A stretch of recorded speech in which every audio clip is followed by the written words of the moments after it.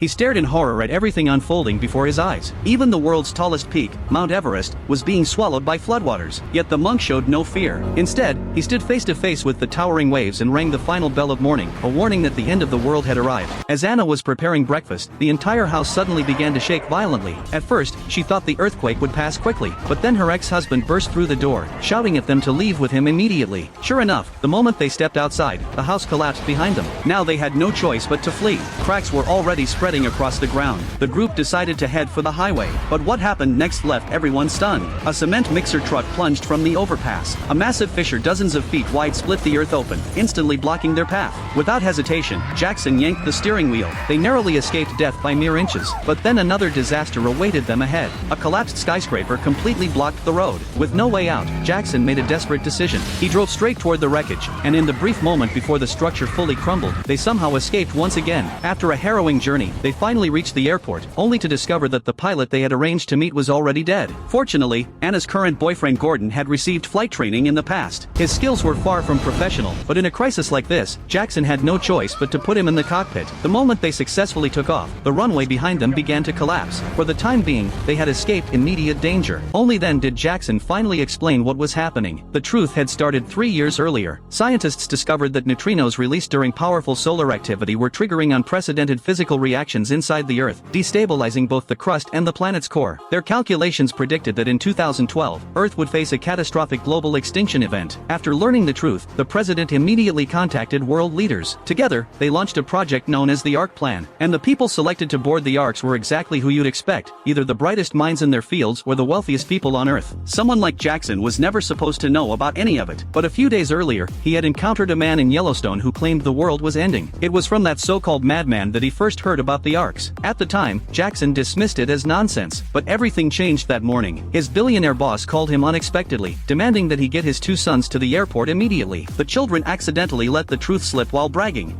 We will live and you will die. At that moment, combined with the earthquakes happening around the world, Jackson finally accepted the reality of the coming apocalypse. Now, their only chance of survival was to return to Yellowstone and find that eccentric man, because he had once claimed that he possessed a map showing the location of Noah's Arkansas. Before long, they arrived at Yellowstone and found the man standing on a mountaintop. Just as Jackson finally learned that the map was hidden inside the man's vehicle, the massive dormant supervolcano suddenly awakened.